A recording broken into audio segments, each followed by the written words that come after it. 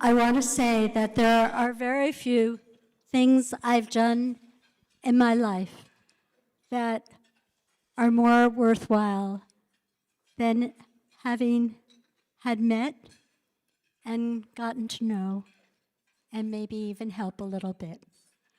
Somebody that I love dearly, like I love my husband, Vadim, my beautiful sister, Rebecca Goldstein, who's there, here today, my son, Batsala Stern, but I consider Mosab Hassan Yousef also to be a son, and I really adore him. And he's given many speeches, so we decided that he didn't want to give another speech tonight, but I was just going to ask him a couple of questions. So, Mosab, how was it to be raised in Ramallah under the leadership of one of the founders of Hamas? Well, first of all, good evening to everyone.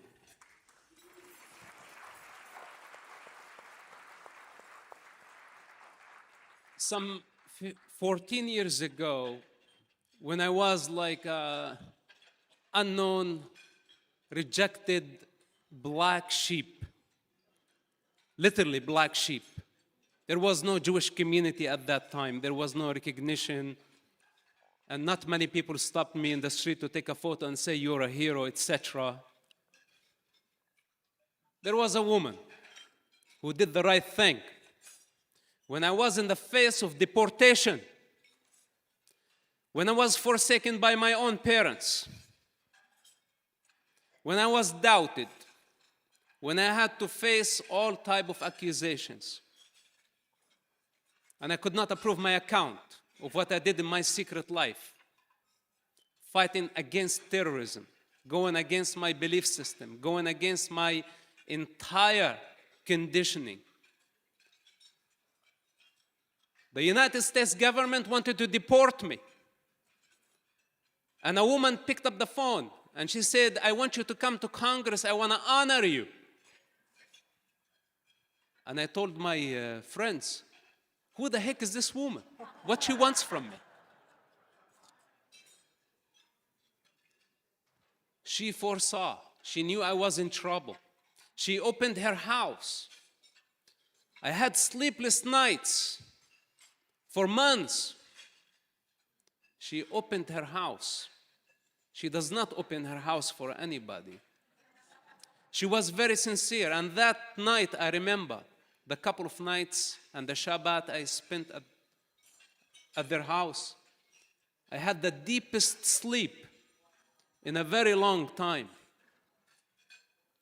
This is when I came to realize the power, not of a lobbyist, not of a political activist on Capitol Hill, but the power of motherhood.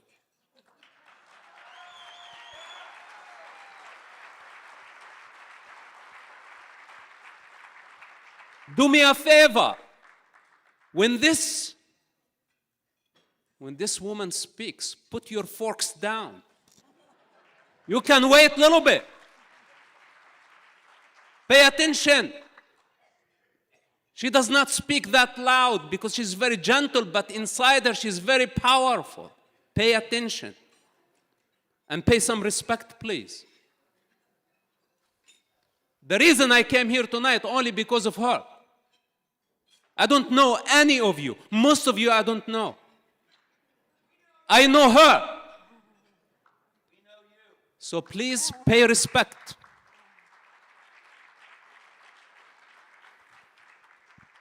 Growing up in the Hamas world, I want to be direct. It's a death cult. This is what it is. I can go on and on describing what Hamas culture is, what Islamic culture is, which everybody is trying to silence me when I raise the case that we have an Islamic problem. That on October 7, they celebrated a genocide against the Jewish people, a modern-day Holocaust. They celebrated it. Then shortly after, they complained to be victims of a genocide. They inverted the narrative in no time. As the Jewish people still mourning October 7th, total denial, living in falsehood.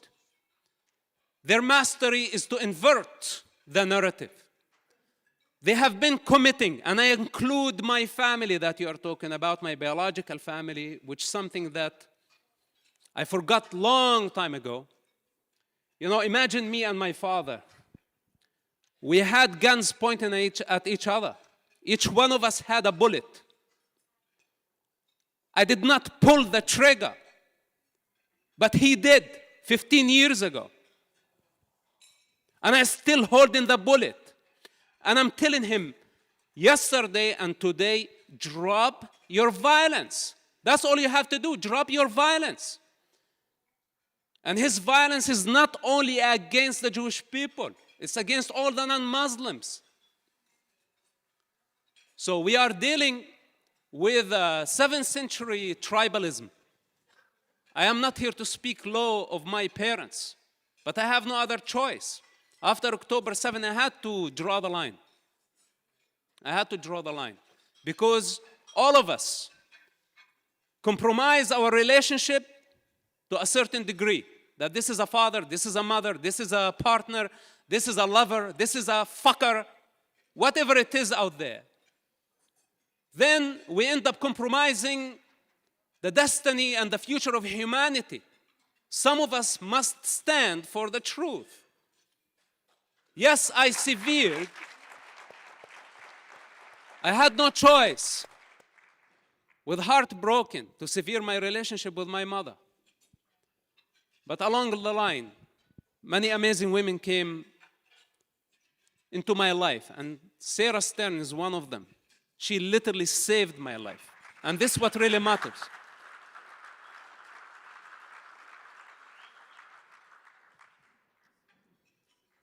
It's the contrast of my childhood environment. And this is why I rejected their violence. There was a small crack between me and these people, and it kept widening, and it's still widening until today. I thought after October 7, they would realize that what they did was horrible, what they did was unforgivable, what they did was a total mistake, that they would come to their senses and think and realize that violence is a dead end. But instead of learning, they blamed Israel. And now they are blaming the United States, and they are blaming the entire world. We cannot accept this victim mentality. This victim mentality will lead humanity to total destruction, because a victim mentality does not take responsibility. It can never trace the origin of its suffering. What they did in Gaza is their own creation.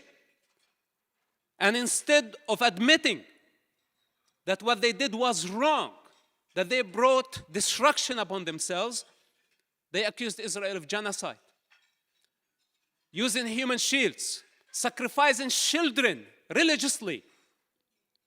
And when I talk about sacrificing children, people think that I'm exaggerating.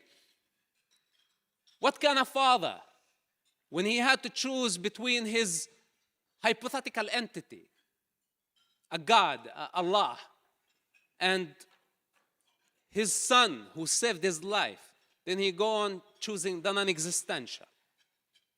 This is the culture that we are dealing with. And of course, I'm a self-made man. I'm not dependent on anybody. It's too late to think actually of parents. But I worry about all the children who are in that culture, who have been sacrificed. Hamas gambled with children's blood on October 7, knowing that Israel would have no choice but to invade Gaza. And they wanted to maximize the civilian casualty, as Israel has been trying its best to minimize the civilian casualty, and I know this from a first-hand experience. This is not a propaganda. I know if they succeed in, first of all, if they succeed in delegitimizing Israel, then if they succeed in destroying Israel, God forbids, and we are not going to allow that to happen, they will go after Christians, Hindus, Buddhists, and all the non-Muslims. And you know what's worse than this? And I'm sorry for my long answer. You got me emotional right now. I should not raise my voice in your presence. What's worse than this? After killing all the non-Muslims, they will kill themselves.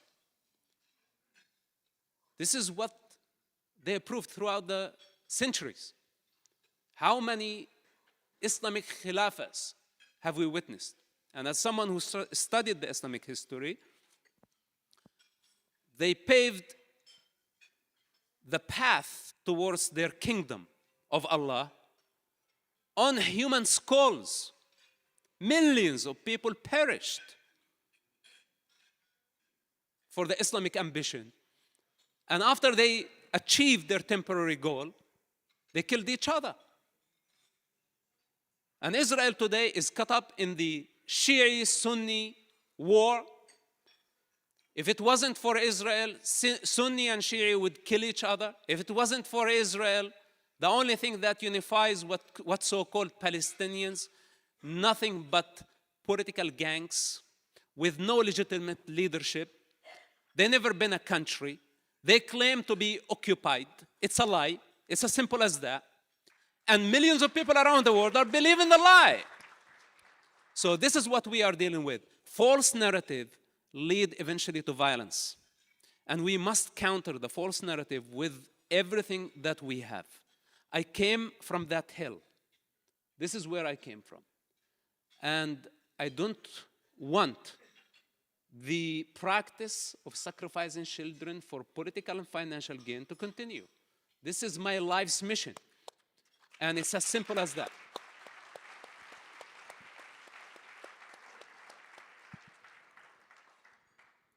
Mosab, do you believe that there can be a true peace between what we call the Palestinians and Israel?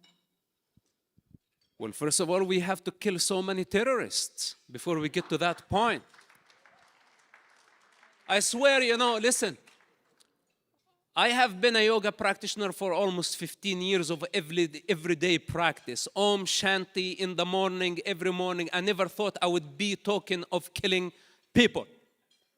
But we have no other choice. When I left my peaceful island after October 7, I left with nothing in my pocket, with nothing on me. And I swear that if Israel decides to let Hamas get away with their crime, that I will build an army from scratch and I will go after them until I destroy them. What peace? Now, the only way towards peace is through war. And we must win this war, not only against Hamas, but against all the Nazis around the globe who have been celebrating and rejoicing. And as the ambassador said, when they tasted a little bit of blood, it ignited bloodlust in all of them. And they're coming after civilization, they're coming after the successful minority, they're coming after everybody. And no one can satisfy their ambition. First, we have to seize the day. We must win the war. I've been to Gaza. I've been to the Lebanese border. I've been with special forces, with the Navy. I count on those guys. Here we are sitting in comfort. We have people there in Gaza. Our soldiers are dying on a regular basis. They are suffering, their families, the hostages, their families. There are people who are paying very big price, and we cannot let them down, and we cannot decide on their behalf, cease fire now. It's not up to Biden, it's not up to Trump. And even though many of us are optimistic about Trump, I have to say, if he dares to force Israel to cease fire for any stupid reason, we must resist him. I don't know what politicians have to compromise. We cannot allow the Iranians, the Islamic Revolution, to obtain a mass destruction weapon. If they hit Israel, God forbid, they have ballistic missiles, if they have a mass destruction weapon, if they hit Israel, they don't care for Jews or Sunnis. They want to kill everybody. They want to invade Mecca. They want to kill the entire Sunni Muslim world. Their goal is not Jerusalem. Their goal is Mecca. This is what Ayatollah wants. And I think the Sunnis, if they have a little bit of brain, they must get united with Israel against the Islamic Republic of Iran. So with that said, we cannot let the destiny of the entire Middle East, generations to come, and the destiny of and the fate of the Jewish people hang on the desire of a politician. It doesn't matter which party they belong to. You know, we hear so many amazing promises right now. But tomorrow I want to see these beautiful speeches in practice in the United Nations. This is when this simple man may do a standing ovation. But so far, I haven't seen results. What I would like to see, the destruction of the head of the snake. The head of the snake. So peace will follow. But do we have any other choice? They pushed us to the corner, Sarah. They want me to cease to exist, and I don't understand why. All we did, we saved human lives. Hamas killed Arabs, Jews, Christians, foreigners. They killed civilians indiscriminately. And my crime, I reported them. My crime was to protest or to reject their death ideology. Hence, I became a traitor. This is my sin. And now, they want me dead. This is my crime, that I saved human lives. And today, I have so many Americans here on the American soil who have been repeating Hamas propaganda. They want to make my blood allowed. My father said 14 years ago, he's not my son. If you want to kill him, I will not come after you. His blood is halal. He said it in a public statement. This is what he said to public. And the same thing today. Many Americans, I'm an American citizen. I'm loyal to my country. My country is the United States. They want me to be loyal to a colonial entity. A colonial entity. This is what Palestine. It was never a country. It was not a sovereign nation. It's not an ethnic group. It's not a religion. It's not a race. It was only a colonial entity, and they wanted me to be violent. And they wanted me to obey their violence in service of a colonial entity at the expense of humanity. And today, when I reject this, they accuse me of treason, and they want me to cease to exist. This is where I meet with the Jewish people, because I know what it really means to fight for your very existence. This is an existential fight, and we must win. After we win, and after I crush their skulls, okay, then we can talk peace.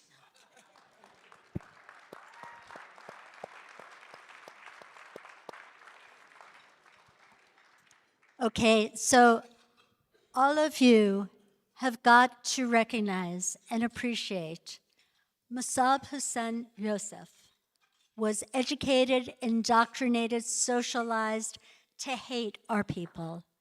He had to penetrate through layers and layers of socialization, and he drew forth this beautiful soul of humanity. And every single person in this room has got to stand up and bless the day that Mosab Hassan Yousef was born. Thank you so much. Thank you very Mosab. much. I appreciate that. Thank you.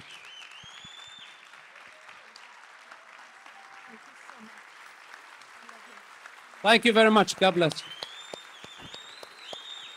Thanks for watching. Drop a comment below. Don't forget to like, share, and hit subscribe to stay updated with our latest content. Until next time, stay informed and inspired. This is Djobnik signing off.